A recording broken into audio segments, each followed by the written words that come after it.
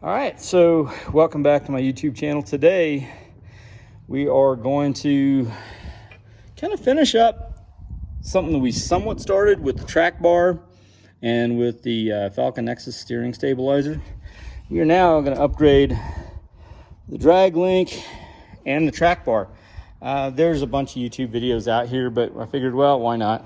Let me add one more. So I decided that I was going to go with the RPM 2.5 ton steering stabilizer.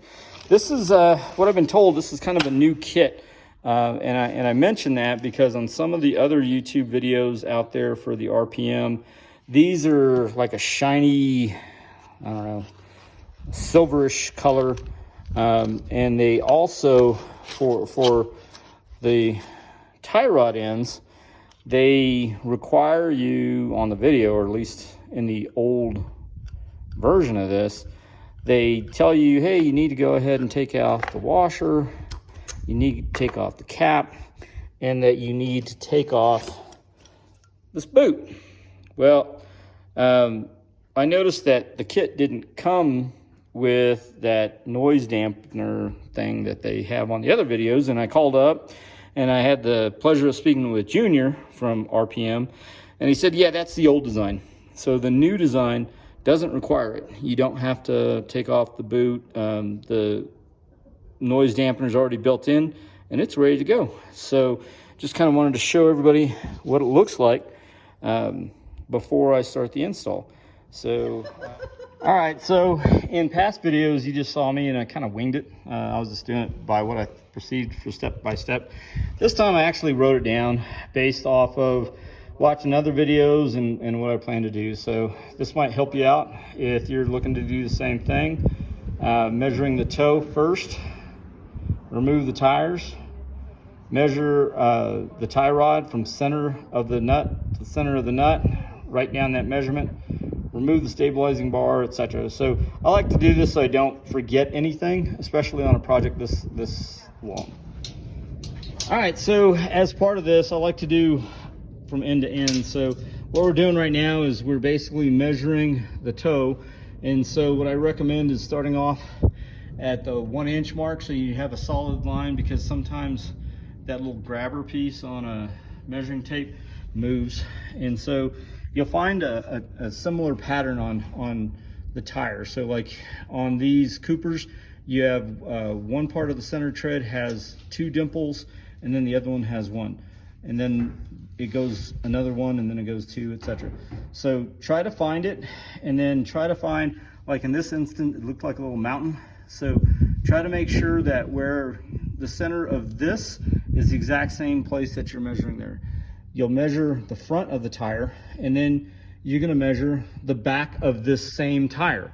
What should happen is the back of the tire should be a little bit bigger, because the tires need to kind of bow in, because this is a rear wheel drive, and when it starts moving forward, it's going to push the tires out to center. Well, the tires are now off. The next thing we can do one of two things. I can just zap these bad boys off, or I can measure them from end to end first. And since they're straight right now, that's what I intend on doing. Is doing the same thing I did with the tire.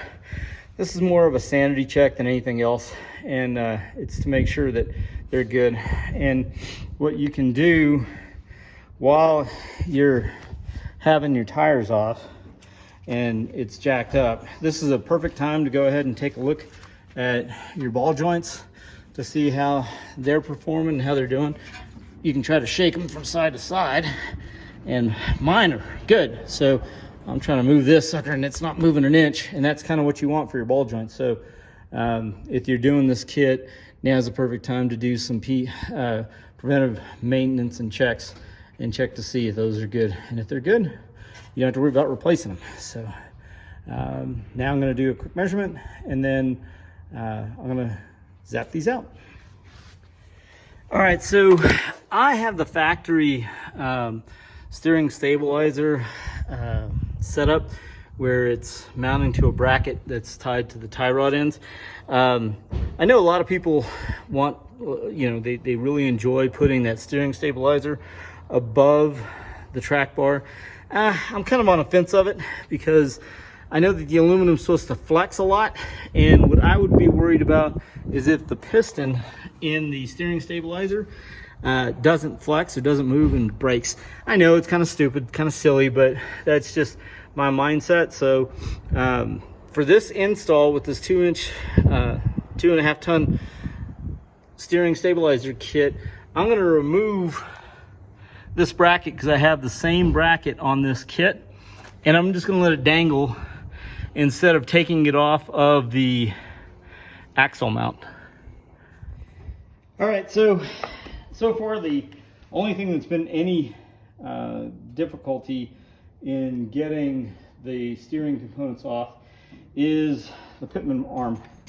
Now, I was using a pickle fork, and I was using a demo tool. Hey, Ernie, can you bring that demo tool? And I had thought that this demo tool was going to be sufficient to strike the pickle bar and get this off.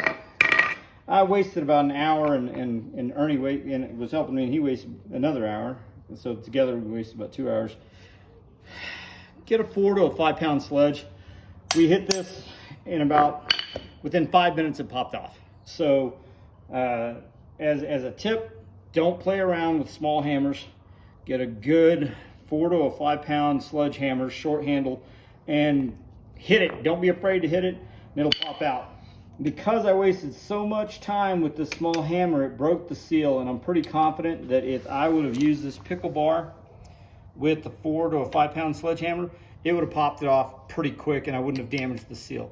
I'm going to probably keep this bar and just replace the tie rod or the drag link end and use it as a trail part, just in case something happens on the trail. The thing about these RPM aluminum steering kit is, I don't know if you can see inside, but sometimes when they're machining it, they have a little bit of debris left over in the thread. So I just recommend getting an air hose and just shooting it out, and do that with both bars.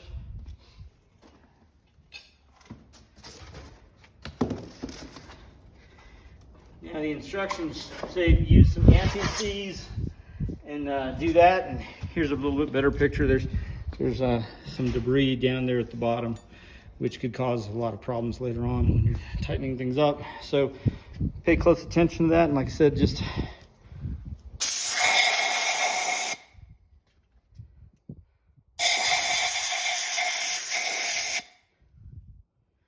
and as you can see, that'll clear it out. Hello again. So I'm using some anti-seize. Hopefully it doesn't mess anything up. This is anti-seize thread lubricant, high temp copper formula. To me it looks like poop. Hopefully it does better than poop. With the new Apex arms on the RPM kit, the nuts are already in it. They're already installed. So unlike the other videos where they're showing them threading on the nut, I guess somebody complained about that or something, I don't know. Or RPM decided, hey, that's kind of dumb. Why don't we just send it pre-threaded? So in this kit, that's what's happened. They've done that. So it saves me a couple of minutes threading that on and threading it off. So as the other videos said, you know, hey, you have a little mark right here for one side, and I noticed on the nut it actually has that same kind of notch. So I'm hoping that these go together, and we'll see here in a second.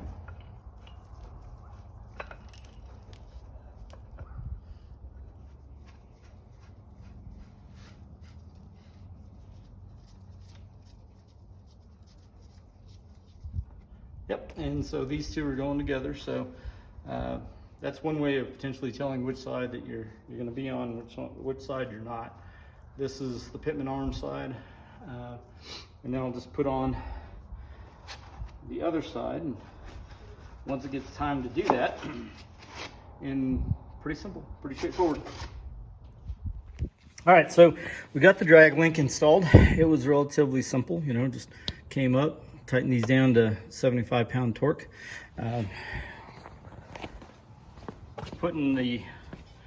Attaching it to the pitman arm was also pretty simple. Just keep in mind that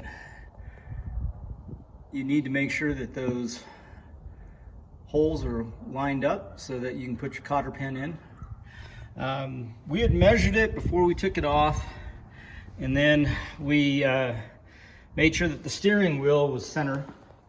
And so far it looks pretty center. So I think we got that right as far as the measurements. Now, if you recall at the beginning of this video, I had mentioned, hey, measure your tie rods and make sure that you get the distance as accurate as you can from the top of the nut all the way through. And the reason why you do that is because when you remove it, you can measure it, but these things move a little bit. So it's a matter of saying, where was it exactly when you put it on the vehicle? So that's why that recommendation of doing that measurement while it's on the vehicle, because it's kind of a guess if you don't. So in the tie rod for the brand new one, in case you're wondering why you need to tighten this all the way to the actual tie rod bar, it's because these are reverse threads. So it makes it so that when you're holding a tie rod or both tie rods and you spin the center bar, it moves them equally apart. So these threads and these threads are an equal distance. And that's important because you don't want to put too much stress on the left side or the right side. And that's how you make it equal on both sides. All right, so we got the tie rods in, tie rod ends in and tightened up. Now here's something in case you forget or whatever. Make sure you tighten up your drag link first before you put on your tie rod. And the reason being is it's kind of hard to get these in here and actually give it room to tighten. So if you have the same scenario and you're running a Mojave that has this skid plate, simple solution, 4 bolts, take out the skid plate. Your problem is solved. But that's kind of it. But as you can see, I went with the factory OEM or the original placement for my steering stabilizer for my Falcon Nexus 2.2. And the reason why I did that is because people were over there saying, hey, no, it's lower. You need to put it up above your tie rod, etc., etc. Well, I'm going to tell you right now, as I'm looking at it, if it's lower, it's like maybe a millimeter lower. And at that point, it doesn't matter because your diff's going to hit it first, right? The other thing is, I don't know, I'm not an engineer, but if you mount this steering stabilizer on top of the track bar and then you mount the bottom end to the same spot that you have your track bar for your steering stabilizer, you mount this to your tie rod and mount the other end to the same area configuration as your track bar. Is that really helping your steering any? That would be my question. I don't know if it does. Maybe it does because you're putting your piston along with the movement from your tie rod. Maybe that's how that works. But to me, it just didn't make that much of a difference, and it's not worth that much of an expense to do that. You know, I would worry about this piston potentially snapping if this snaps, right? Because this aluminum will bend like nobody's business. I saw some videos where this will bend almost above the diff, or at least about 3/4 of the way to the diff, and then it'll flex back. I don't know what that'll do to the piston on the steering stabilizer. It might be fine, I don't know. But that's, you know, to me, I don't know if I can justify the expense. So I just left it there in the stock position. But here is the RPM steering stabilizer all set up. All I have to do is put on the tires. With doing all the measurements, everything looks right. I mean, the toe looks like it's still there. It looks like it's good. The steering wheel looks like it's centered. So I may need to do a little bit of an adjustment on the toe, only because I'm noticing that the passenger side looks like it's towed in just a hair more than I should say the passenger side is towed in just a little bit more than the driver's side, but that's about it. But hope this helps. Bye.